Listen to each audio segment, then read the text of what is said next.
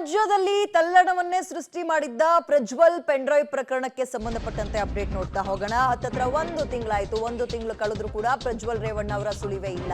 ಯಾವ ದೇಶದಲ್ಲಿದ್ದಾರೆ, ಎಲ್ಲಿದ್ದಾರೆ ಅನ್ನೋದ್ರ ಬಗ್ಗೆ ಗೊತ್ತಿಲ್ಲ. ವಿದೇಶಾಂಗ ಇಲಾಖೆಯ ಶೋಕಸ್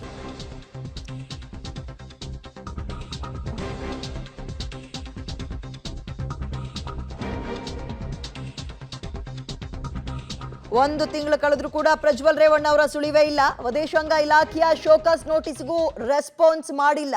ಇಮೇಲ್ ಮೂಲಕ ನೋಟಿಸ್ ಅನ್ನ ಅವರಿಗೆ ಕಳಿಸಲಾಗಿದೆ. 10 ದಿನಗಳ ಕಾಲಾವಕಾಶವನ್ನ ಎಂಇಎ ಕೊಟ್ಟಿದೆ. ಇದರ ನಡುವೆ ಎಸ್ಐಟಿ ಮುಂದಿನ ಕಾನೂನಿನ ಕ್ರಮದ ಬಗ್ಗೆ ಚಿಂತನೆಯನ್ನ ಕೂಡ ನಡೆಸಿದೆ. ಎಂಇಎಗೆ ಮತ್ತೆ ಪತ್ರವನ್ನ ಬರೆಯೋದ್ರ ಬಗ್ಗೆ ಎಸ್ಐಟಿ ವಲಯದಲ್ಲಿ ತನಿಖೆ ಕೂಡ ಆಗ್ತಾ ಇದ್ದು, ಇದೀಗ ಇಷ್ಟೆಲ್ಲ ಆದ್ರೂ ಕೂಡ ಯಾವುದಕ್ಕೂ ರೆಸ್ಪಾನ್ಸ್ ಮಾಡ್ತಾ ಇಲ್ಲ ಪ್ರಜ್ವಲ್ ರೇವಣ್ಣ ಅವರು. ಮತ್ತು ಯಾವಾಗ ಬರ್ತಾರೆ ಅನ್ನೋದ್ರ ಬಗ್ಗೆಯೂ ಸುಳಿವಿಲ್ಲ. ಎಸ್ಐಟಿ ತನ್ನ ಎಲ್ಲ ಪ್ರಯತ್ನಗಳನ್ನ ಮಾಡ್ತಾ ಇದೆ. ಕೇಂದ್ರ ಸರ್ಕಾರಕ್ಕೆ, ವಿದೇಶಾಂಗ ಇಲಾಖೆಗೆ ಪತ್ರವನ್ನ ಬರೆಯುವಂಥದ್ದು, ಅವರ ಪಾಸ್ಪೋರ್ಟ್ ರದ್ದತಿ ಮಾಡಿ ಅಂತ ಕೇಳಿದ್ ಎಲ್ಲವೂ ಆಯ್ತು. ಬಟ್ ಇನ್ನೂ ಕೂಡ ಪ್ರಯೋಜನ ಆಗಿಲ್ಲ. ಹೆಚ್ಚಿನ ಡೀಟೇಲ್ಸ್ ನಮ್ಮ ಪ್ರತಿನಿಧಿ ಮುರಳಿ ನೀಡ್ತಾರೆ. ಮುರಳಿ, ಎಸ್ಐಟಿ ತನ್ನೆಲ್ಲ ಪ್ರಯತ್ನಗಳನ್ನ ಮಾಡ್ತಾ ಇದೆ, ಬಟ್ ಯಾವುದಕ್ಕೂ ಕೂಡ ಜಗ್ತಿಲ್ಲ ಬಗ್ತಿಲ್ಲ ಪ್ರಜ್ವಲ್ ರೇವಣ್ಣ. ಹಾಗಾದ್ರೆ ಮುಂದಕ್ಕೆ ಏನಾಗ್ಬೋದು? ಇದಕ್ಕೂ ರೆಸ್ಪಾನ್ಸ್ ಮಾಡ್ಲಿಲ್ಲ ಅಂದ್ರೆ ಮುಂದಿನ ಕ್ರಮ ಪ್ರಜ್ವಲ್ ಅವ್ರ ಮೇಲೆ ಏನಾಗ್ಬೋದು? ಖಂಡಿತವಾಗಿಯೂ ವಿದ್ಯೆ. ಯಾಕೆಂದರೆ ಇವತ್ತಿಗೆ ಕರೆಕ್ಟಾಗಿ ಒಂದು ತಿಂಗಳಾಗಿರುವಂಥದ್ದು ಪ್ರಜ್ವಲ್ ರೇವಣ್ಣ ದೇಶವನ್ನು ಬಿಟ್ಟು.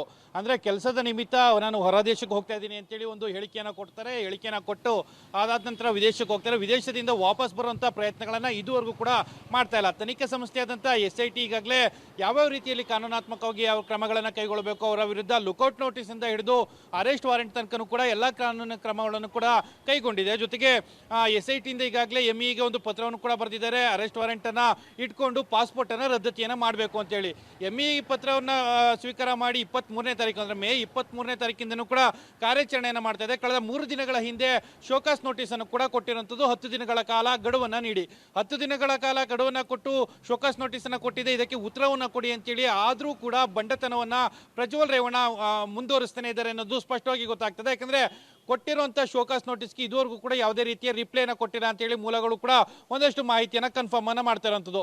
ಈ ಮೂಲಕ ಅವರು ಭಾರತ ದೇಶಕ್ಕೆ ಬರುವಂಥ ಯಾವುದೇ ರೀತಿಯ ಮನಸ್ಸನ್ನು ಕೂಡ ಮಾಡ್ತಾ ಇಲ್ಲ. ಜೊತೆಗೆ ವಿಚಾರಣೆಗೆ ಯಾವ ರೀತಿಯಲ್ಲಿ ಎದುರಿಸಬೇಕು ಇದ್ಯಾವುದೂ ಕೂಡ ಅವರು ತಲೆಯಲ್ಲಿ ಇಟ್ಕೊಂಡಿಲ್ಲ.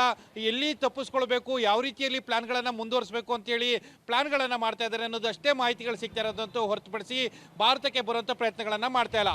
ಆ ರೀತಿಯಲ್ಲಿ ಭಾರತಕ್ಕೆ ಬರೋ ಪ್ರಯತ್ನಗಳನ್ನು ಮಾಡಲಿಲ್ಲ ಅಂದರೆ ಮುಂದಿನ ಕಾನೂನಿನ ಕ್ರಮ ಏನಂದರೆ ಪಾಸ್ಪೋರ್ಟನ್ನು ರದ್ದು ಮಾಡುವಂಥದ್ದು. ಇನ್ನು ಎಸ್ಐಟಿ ಚಾರ್ಜ್ ಶೀಟನ್ನು ಹಾಕಿ ರೆಡ್ ಕಾರ್ನ ನೋಟಿಸನ್ನು ಕೊಟ್ಟು ಅವರನ್ನು ಡಿಪೋರ್ಟ್ ಮಾಡುವಂಥಷ್ಟು ಕೆಲಸಗಳನ್ನು ಮಾಡೋ ಪ್ರಕ್ರಿಯೆಗಳು ಕೂಡ ಈಗಾಗಲೇ ಪ್ರಾರಂಭ ಆಗಿದ್ದಾವೆ. ಬಹುತೇಕ ಎಸ್ಐಟಿ ಅವರು ಕಾನೂನಾತ್ಮಕವಾಗಿ ಯಾವ ಕ್ರಮಗಳನ್ನು ಕೈಗೊಳ್ಳಬೇಕು ಆ ಕ್ರಮಗಳಿಗೆ ಚಿಂತನೆಗಳನ್ನು ಮುಂದುವರಿಸ್ತಾ ಇರುವಂಥದ್ದು. ವಿದ್ಯಾ, ಥ್ಯಾಂಕ್ ಯು ಮುರಳಿ ತಮ್ಮ ಡೀಟೇಲ್ಸ್ಗೆ. ಎಂಇಎ ಅಥವಾ ಮಿನಿಸ್ಟ್ರಿ ಆಫ್ ಎಕ್ಸ್ಟರ್ನಲ್ ಅಫೇರ್ಸ್ಗೆ ಮತ್ತೆ ಪತ್ರ ಬರೆಯೋದ್ರ ಬಗ್ಗೆ ಚರ್ಚೆ ಆಗ್ತಾ ಇದೆಯಂತೆ. ಬೀಸೋ ದೊಣ್ಣೆಯಿಂದ ತಪ್ಪಿಸ್ಕೊಂಡ್ರೆ 1000 ವರ್ಷ ಆಯುಸ್ಸು ಅಂತಾರಲ್ಲ, ಅದನ್ನೇನಾದ್ರೂ ಪ್ರಯೋಗ ಮಾಡ್ಕೊಳ್ತಾ ಇದ್ದಾರಾ ಪ್ರಜ್ವಲ್ ರೇವಣ್ಣ ಅವರು ಎಸ್ಕೇಪ್ ಆಗೋದಕ್ಕೆ?